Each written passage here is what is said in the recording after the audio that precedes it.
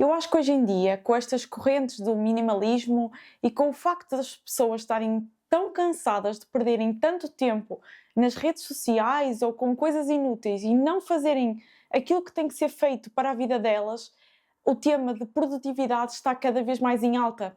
Porque as pessoas estão à procura de se tornarem mais produtivas para terem resultados na sua própria vida e deixarem de ver os outros a ter os resultados que elas desejam.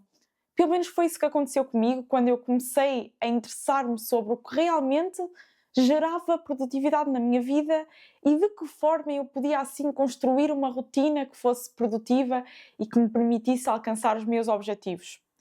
Eu decidi gravar este vídeo porque eu considero que tenho uma rotina produtiva, naquilo que eu considero ser produtividade, e já vamos lá. E então eu decidi criar este vídeo simplificando toda esta história da rotina produtiva para que tu, que estás a ver este vídeo, possas realmente aplicar na tua vida e possas ver resultados da tua própria produtividade. Para isso eu decidi dividir este vídeo em 3 partes. A primeira parte é os requisitos fundamentais, em que vamos falar sobre o que é necessário, o que é fundamental para ter uma rotina produtiva. A segunda parte é como lidar com imprevistos e eu vou falar sobre como é que eu lido com os imprevistos na minha vida para que esses imprevistos não impeçam com que eu tenha produtividade na minha rotina. E a terceira coisa, que é para mim a mais importante, por isso fica para o final, fica guardado para quem ficar até o final do vídeo, é a organização prática de como é que tu podes organizar a tua rotina de forma prática para conseguires atingir os teus objetivos. Então, sem mais demoras, vamos começar com a primeira parte, que são os requisitos fundamentais. Em primeiro lugar, e isto é aquilo que eu acho, definir um objetivo é essencial para ter uma rotina produtiva. Pode parecer óbvio, mas se pensarmos bem, se nós não tivermos um objetivo definido, nós nunca vamos conseguir medir o que é produtividade daquilo que não é produtividade. E depois podemos cair no erro de achar e ligar produtividade ao facto de fazermos muitas coisas, que era aquilo que acontecia comigo. Se eu chegasse ao final do dia extremamente cansada, se eu olhasse para o meu dia e tivesse visto que eu fiz muita coisa ao longo desse dia, eu associava isso com produtividade. Mas não necessariamente as coisas que eu fazia nesses dias, ou que eu fazia durante os dias, me levavam a atingir o meu objetivo. Porque ou eu não tinha um objetivo bem definido, ou eu não me conseguia concentrar naquele objetivo para fazer as minhas tarefas. Então, eu acho que definir um objetivo é fundamental para quem quer sentir-se produtivo, porque é uma forma de medir, é uma régua para medir a tua produtividade. No sentido de que tu chegas ao final do dia, ao final do mês, ao final do ano e consegues ver se fizeste aquilo que te levava àquele objetivo ou não. Ou se, por outro lado, te entupiste com tarefas que não eram assim tão importantes. Outro aspecto fundamental é não se comparar com outras rotinas. Isto agora é tão difícil de fazer. Nós temos acesso a imensos estilos de vida, a imensas rotinas e ainda para mais nós temos acesso a parte dessas rotinas, porque ninguém mostra tudo o que vive nas redes sociais, por mais que mostre. Então nós temos acesso a uma parte daquela rotina e nós temos muita tendência a associar essa parte como um todo, a olhar para aquilo e ver que a pessoa só faz aquilo, não faz outras coisas. E ficamos até com uma visão distorcida daquilo que é a rotina das outras pessoas. Mas isso é conversa para outros vídeos. Hoje eu quero mostrar e dar holofote naquilo que é comparar-se com outras rotinas. Sabem aquela história de toda a gente tem as mesmas 24 horas? Eu acho que isso é absolutamente mentira. Isso acontece porque o dinheiro compra tempo. A pessoa ter dinheiro, é possível com esse dinheiro comprar funções e comprar tempo a executar essas funções que a pessoa que não tem essa disponibilidade não pode fazer. Ou seja, muitas vezes nós vimos nas redes sociais as pessoas a terem muito tempo para gravar conteúdo, os criadores de conteúdo, para se arranjarem, para tratarem de si, para descansarem, mas muitas vezes não consideramos que essas pessoas têm dinheiro e podem utilizar esse dinheiro para pagar a quem lhes faça as refeições, a quem lhes limpe e organize a casa, a quem edita os seus conteúdos, a ter uma equipa por trás da sua criação de conteúdo também. Então, o facto do tempo comprar dinheiro faz com que essas pessoas fiquem com mais tempo livre para fazer ou as coisas que querem ou as coisas que precisam de fazer. E nós ficamos depois com uma ideia errada daquilo que é a vida dessas pessoas. Depois ainda há outra questão, é que muita gente que nós acompanhamos na internet não tem outros empregos. O único emprego que essas pessoas têm é criar conteúdo, é estar presente nas redes sociais. Então não faz sentido tu te cobrares por criar 20 stories por dia ou 10 stories por dia ou seja lá o que número for, tu te cobrares a isso comparando-te, usando como forma de comparação aquela criadora de conteúdo extremamente dedicada, mas que só faz aquilo, que não tem outras demandas na vida dela, no caso. Então é preciso ter muito cuidado com essa história da comparação, e eu tenho um vídeo só a falar sobre isso e com certeza gravarei mais vídeos também a falar sobre esse assunto novamente, mas é um mito que toda a gente tem ao mesmo tempo para executar determinadas tarefas. Já sem considerar, que foi uma coisa que eu me lembrei agora, que as pessoas que têm mais destreza e mais tempo de experiência a fazer determinada coisa também têm mais facilidade e conseguem fazer isso com mais rapidez. Eu lembro-me disso, por exemplo, quando eu comecei a criar aqui o canal há um ano atrás. O primeiro vídeo do canal, eu nunca mais me esqueço disso. Eu gravei o vídeo e tive uma tarde inteira, isto foi coisa para tipo 4, 5 horas, a editar o vídeo e a configurar o vídeo até que eu consegui publicá-lo. E na altura o meu namorado até comentou comigo: Leonor, se tu vais demorar uma tarde inteira com cada vídeo, tu estás completamente perdida. Tu vais ter que... nunca vais... Ou das duas uma, ou não vais publicar conteúdo nenhum nunca, porque demoras muito a fazer isso, ou então tu vais ter que dedicar exclusivamente 100% do teu tempo a isto. E eu na altura não tinha essa percepção que eu tenho agora, que à medida que eu fosse fazendo mais vídeos, editando mais vezes, eu ia ficar mais rápida naquilo. E eu, por exemplo, o último vídeo que eu publiquei, e eu agora até inclusive estou a testar uma edição mais leve e mais livre, com menos cortes, porque acho que fica uma coisa mais genuína, eu demorei uma coisa de 40 minutos, ou seja, menos de 1 hora a editar o vídeo. Enquanto que há um ano atrás demorava 4 e 5 horas para editar um vídeo, porque eu tenho mais prática. Então também não é justo tu te comparares com uma pessoa que já faz isso há anos, comparares o tempo que ela demora a fazer determinada coisa para o tempo que tu demoras. Então, se tu demoras mais tempo, também tens que reservar mais tempo para fazer determinada tarefa. Então eu acho que essa comparação não é útil para ti e nem te vai ajudar a chegar onde tu queres chegar. E isto vai ao encontro do meu terceiro ponto dos requisitos fundamentais, terceiro e último ponto dos requisitos fundamentais, que é: não queiras ter um estilo de vida parecido com as pessoas que já começaram há muito tempo. Ou seja, hoje em dia muito te vendem, e eu sei que tu tens noção disso, o facto de trabalhar cada vez menos e obter cada vez mais resultados. Ou seja, muito nos vendem, a ti, a mim, a toda a gente, a história de que começa a trabalhar 4 horas por dia e tem os resultados de quem já trabalhou 12. Eu acho que o caminho natural das coisas é tu trabalhares cada vez menos.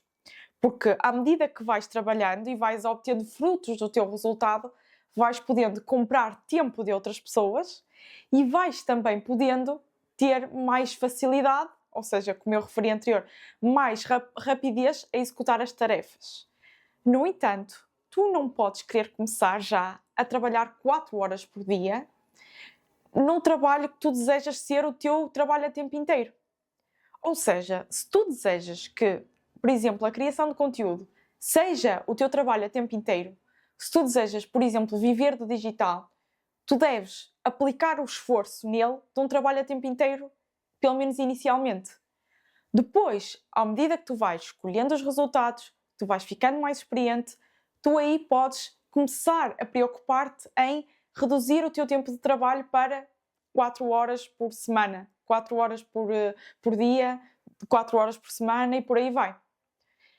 Eu isso aprendi também em livros de produtividade que eu fui lendo, inclusive esse que eu referi agora, sem querer, 4 horas por semana, que é um livro de produtividade, que a premissa dele é trabalhar menos e produzir mais. É o que toda a gente quer, trabalhar menos e obter o máximo dos resultados do trabalho que nós estamos a fazer. Mas numa fase inicial é difícil. Mas numa fase inicial, a tua maior preocupação não deve ser trabalhar menos, deve ser produzir mais, apenas, mesmo que isso implique trabalhar muitas horas. Só depois é que tu te deves preocupar com trabalhar menos. Por exemplo, eu hoje em dia, enquanto produtora de conteúdo, muitas vezes estou das 9 da manhã até a hora que começo a trabalhar, até ao final do dia, 8h30, 9 da noite, a produzir conteúdo, a pensar em ideias, a estudar, a gravar, a editar. Porquê? Porque neste momento eu tenho que fazer tudo, sou eu sozinha a fazer toda esta engrenagem funcionar. Então eu sei que vou ter que abdicar do meu tempo livre, para fazer isto funcionar. Eu não posso dar ao luxo de, nesta fase inicial, pensar, eu vou trabalhar menos horas, vou poder dedicar menos horas a isto e poder ir dormir à meia da tarde, ou vou poder ir sair, Não, porque o meu objetivo a minha decisão é fazer isto dar certo. Então eu tenho que, nesta fase inicial, fazer estes sacrifícios que são necessários. Passando já para a segunda parte, que é lidar com imprevistos. Como é que eu lido com imprevistos? Ou seja, quando algo foge do meu controle ou que eu tenho que atender a alguma demanda ou alguma necessidade que vai atrapalhar os meus planos para aquele dia, para o que eu defini executar naquele dia. Em primeiro lugar, eu acho que a melhor forma de resolver um imprevisto é evitando que ele aconteça. Pode parecer óbvio, mas nós muitas vezes menosprezamos a parte do evitar e a parte do prevenir. Então, eu falo por mim, muitas vezes eu não evitava de ser incomodada e por isso depois tinha que me preocupar em lidar com o ser incomodada. Uma das coisas que eu fiz para evitar esse tal dos imprevistos foi tirar as notificações do meu telemóvel. Não tenho nenhuma notificação ativa no meu telemóvel, nem sequer SMS, nem sequer WhatsApp. E porquê que eu decidi fazer isso? Pela razão óbvia que eu não quero que seja o meu telemóvel a definir quando é que eu devo consultá-lo, quando é que eu devo estar com ele. E quando eu tinha as notificações, era uma forma do meu telemóvel me alertar quando é que era um momento pertinente para eu pegar nele, para eu pegar no telemóvel no caso. E essa mudança de mentalidade e essa mudança de perspectiva fez com que eu tomasse essa decisão de tirar as notificações e escolher ter maior controle sobre os momentos em que eu vou pegar no telemóvel e ver que mensagens é que eu tenho para responder, que coisas é que eu tenho para ver, o que é que eu tenho que fazer, o que é que eu tenho que responder, quem é que me ligou, o que é que aconteceu. Eu escolho a altura certa para fazer isso. E eu faço isso várias vezes ao dia, mas não permito que o telemóvel tenha um efeito inverso, que ele é que decida quando é que eu vou fazer isso. Essa foi uma das formas. Mas, se tu ainda pensas e se alguém tem uma emergência? E se alguém me liga? E se alguém precisa urgentemente falar comigo? Uma das coisas que eu aprendi também no livro de 4 horas por semana foi que raramente as urgências e emergências são realmente emergências.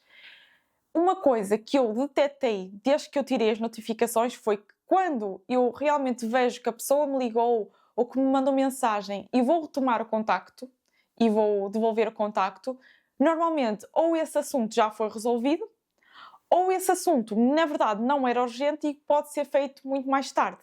E aí eu já entro noutra ideia que é, nós devemos fazer o balanço daquilo que tem que ser resolvido agora, no imediato, e daquilo que pode ser resolvido mais tarde.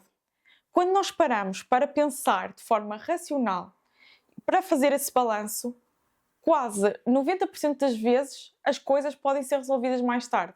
Apesar de nós acharmos que tem que ser resolvido na hora. Uma boa forma de pensar nisso, o que eu utilizo é, se eu não resolver isto agora, na próxima hora ou nas próximas 2 horas, este problema vai aumentar ou vai permanecer igual? Se o problema permanecer igual, e lá está, é o que acontece 90% das vezes, eu deixo aquilo para fazer mais tarde ou quando for mais conveniente para mim. E isso é uma técnica ótima para que eu consiga fazer as minhas coisas no tempo que eu as programei para fazer, sem deixar, claro, de ajudar ou de atender às pessoas quando me pedem alguma coisa, quando me pedem algum favor ou quando surge alguma coisa. Então eu consigo fazer as duas coisas respeitando o meu próprio tempo com essa forma de pensar. É interessante pensar que a maioria das vezes os problemas só surgem à segunda-feira de manhã. As coisas, as necessidades de resposta, de submeter coisas, de responder a pessoas, só surgem à segunda-feira de manhã.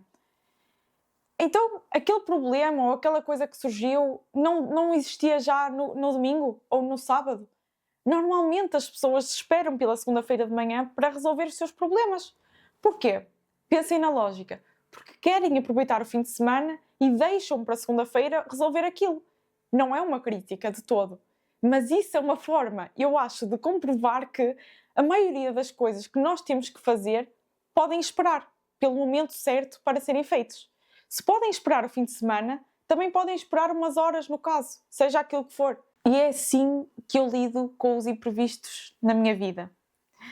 O terceiro ponto, que é o mais importante de todos neste vídeo, embora o resto já tenha sido importante, se estás a gostar do vídeo até aqui, dá o teu like. O terceiro ponto é como organizar a rotina de forma prática. E eu vou passar aquilo que eu faço e que tu podes incluir na tua vida, se tu achares interessante e se achares que te vai ajudar. A primeira coisa que eu faço é definir o meu objetivo grande, o meu objetivo major. E não, isto não é balelas, eu vou-vos dizer exatamente como é que eu faço isso. Eu sempre quis ser bem-sucedida na internet, sempre quis ter uma comunidade, um conjunto de pessoas para me ouvir, sempre quis ser vista e reconhecida, desde sempre que eu estou aqui na internet. E depois começou a surgir também o desejo de fazer isto vida. E para eu fazer disto vida, tenho que ganhar dinheiro com isso, como é óbvio. Ninguém vive de ar e vento, toda a gente tem contas para pagar e nós temos que ser realistas e olhar para as coisas de forma realista. E esses meus dois objetivos, viver da internet e ser vista e reconhecida, tudo ligado, ser bem-sucedida como criadora de conteúdo, tinha por base um outro propósito mais profundo. E nós não podemos ser rasos na definição dos nossos objetivos, na medida em que quanto mais rasos somos, menos suporte, menos força aqueles objetivos têm. E porquê é que eu queria que isso acontecesse? Porque eu queria liberdade. Eu queria ter tempo para fazer as minhas próprias escolhas. Eu queria ter tempo para definir os meus próprios horários, queria fazer os meus próprios horários, queria deixar de ter limitação geográfica de ter que viver num determinado sítio, deslocar-me para determinado sítio para trabalhar. Queria ter essa flexibilidade. E depois, ligado a outro valor que é muito importante para mim, que é o valor da família. Família estar no topo daquilo que é mais importante para mim no meu conjunto de valores. E olhando para essa minha classificação de importância da família, eu sempre, e já falei nisto em vários vídeos, sempre defini que eu queria estar presente para a minha família.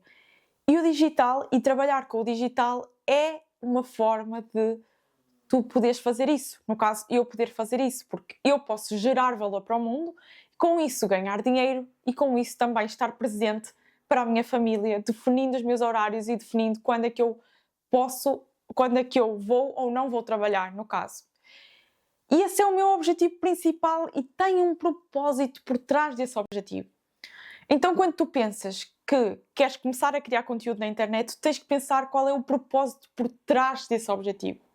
Por exemplo, se tu queres passar o teu conhecimento adiante, se tu queres que as pessoas ouçam e resolver o problema das pessoas, tem que haver uma razão por trás disso. Porque é que tu queres que isso aconteça?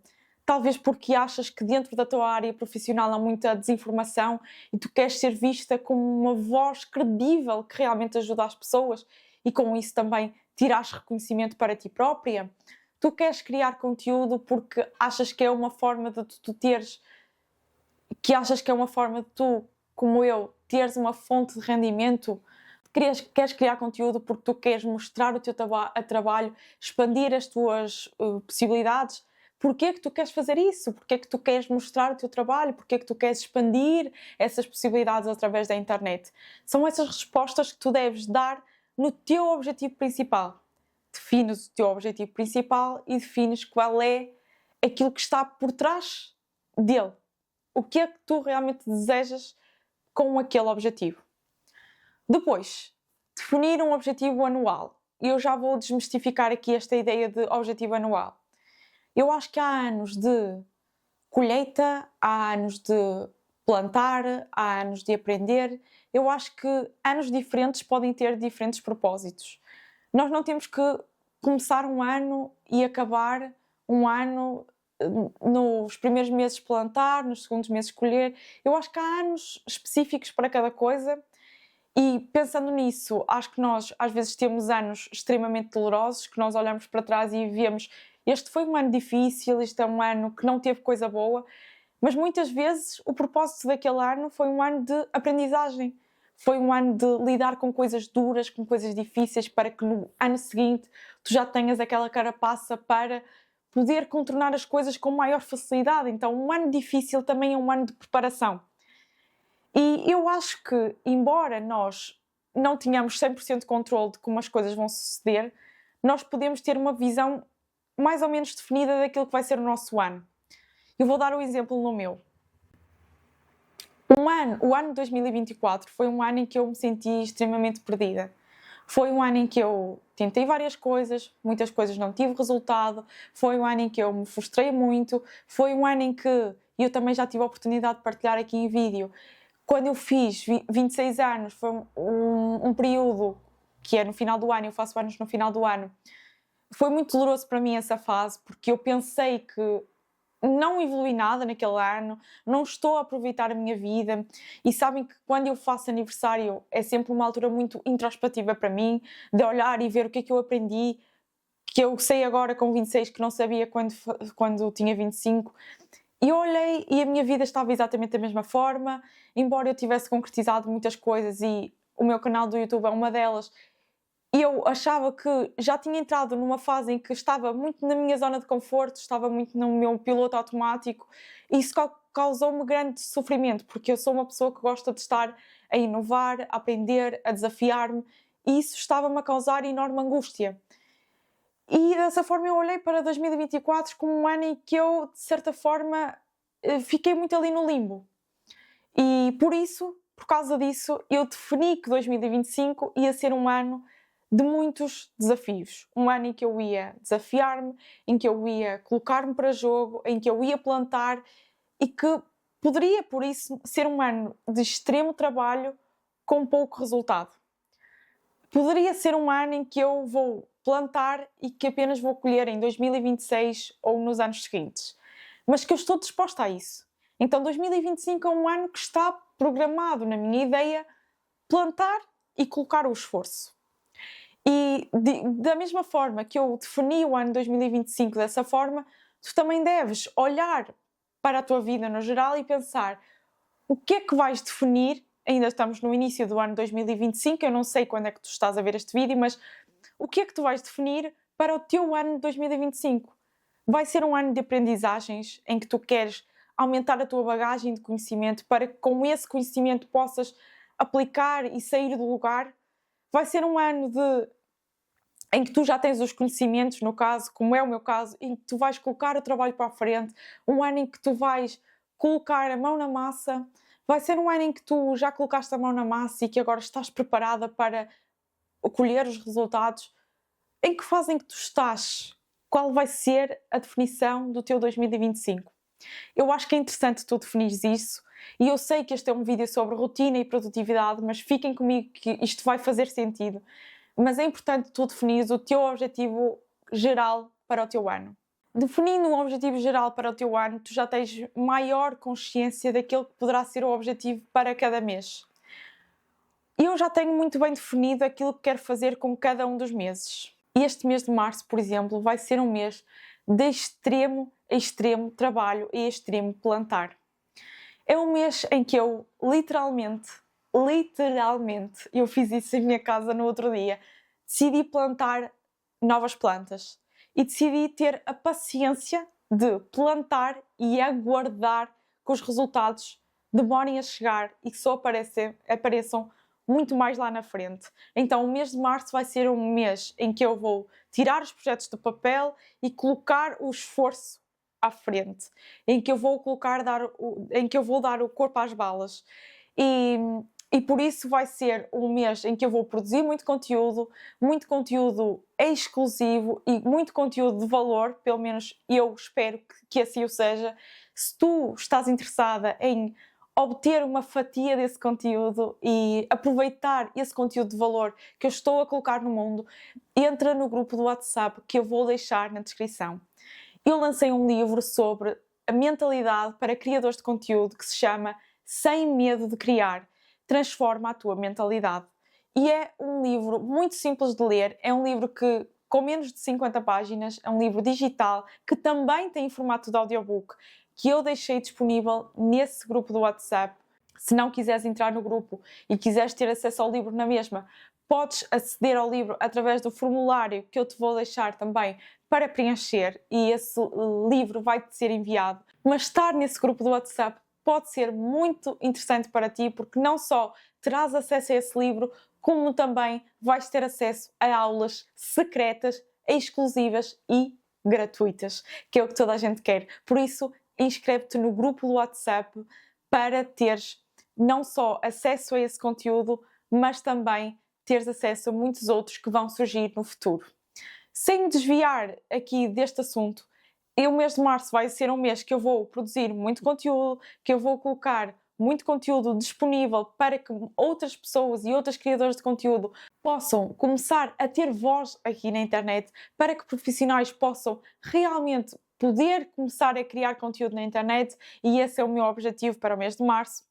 E dessa forma, uma vez que eu defini o meu objetivo para o mês de março, eu, dessa forma, consigo definir os meus objetivos diários. O que eu fiz no final do mês de fevereiro foi fazer uma lista de tudo aquilo que eu queria fazer durante o mês de março. Uma lista totalmente desorganizada. Criar o grupo do WhatsApp, escrever o livro, gravar o audiobook, criar aulas gratuitas, gravar aulas gratuitas, disponibilizar mini-cursos, disponibilizar workshops. Já estou a dar aqui spoiler do que vai acontecer. Mas eu decidi criar essa lista de tarefas para que depois eu possa alocar as tarefas para o dia. E muitas vezes uma dificuldade que eu vejo as pessoas ter é ter noção, porque era uma dificuldade que eu tinha também, do tempo que as tarefas demoram a fazer. Ou seja, muitas vezes nós achamos que gravar um mini curso, ou escrever um livro, ou gravar o audiobook, que eu falo por mim, vai ser rápido, vai demorar 2 ou 3 horas. E depois essa tarefa acaba por demorar mais tempo. Então eu gosto de colocar tarefas extremamente importantes de forma única naquele dia. Ou seja, não atolar o meu dia de tarefas, mas colocar essas próprias tarefas de forma isolada naquele dia. Por exemplo, ontem a minha única tarefa que eu tinha para fazer era terminar de escrever o livro e transformá-lo no audiobook e conseguir ler, transcrever esse livro, ler literalmente esse livro e transformá-lo no audiobook. E essas eram as minhas 2 únicas tarefas no dia que eu sabia que tinha que concluir e que eu sabia que tinha que me organizar de forma a que eu não me fosse deitar de madrugada, era o ideal, mas que eu conseguisse executar as tarefas. Dessa forma eu consegui fazer uma gestão daquilo que eu tinha para fazer e daquilo que eu me apetecia fazer.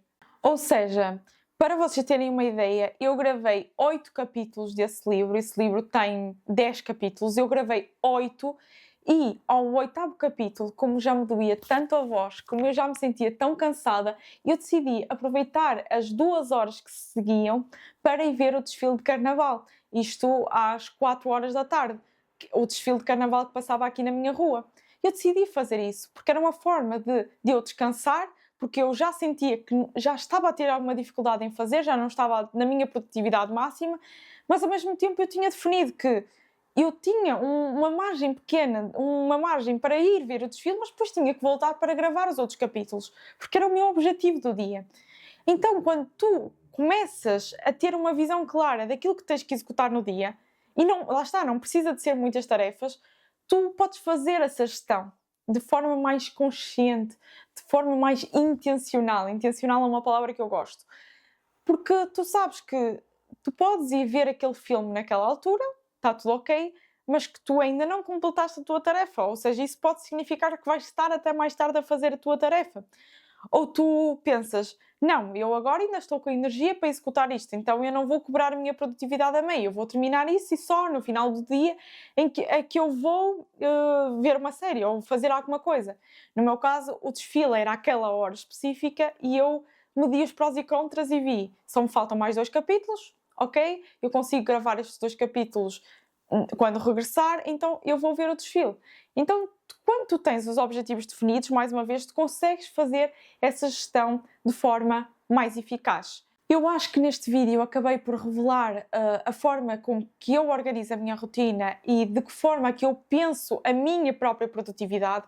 Se isto que eu te passei neste vídeo também pode ser adequado a ti e também vais usar aquilo que eu te disse para te tornares uma pessoa mais produtiva e teres uma rotina mais produtiva, deixa o teu like para eu saber que isto foi útil para ti e se tens interesse em conteúdo de desenvolvimento pessoal e produtividade para criadores de conteúdo, subscreve o canal aqui em baixo que vem aí muitos mais vídeos sobre produtividade e sobre mentalidade para criadores de conteúdo e eu sei que te podem ajudar muito. Obrigado por teres ficado até aqui, um grande beijinho e nós vemos no próximo vídeo aqui no canal. Até à próxima!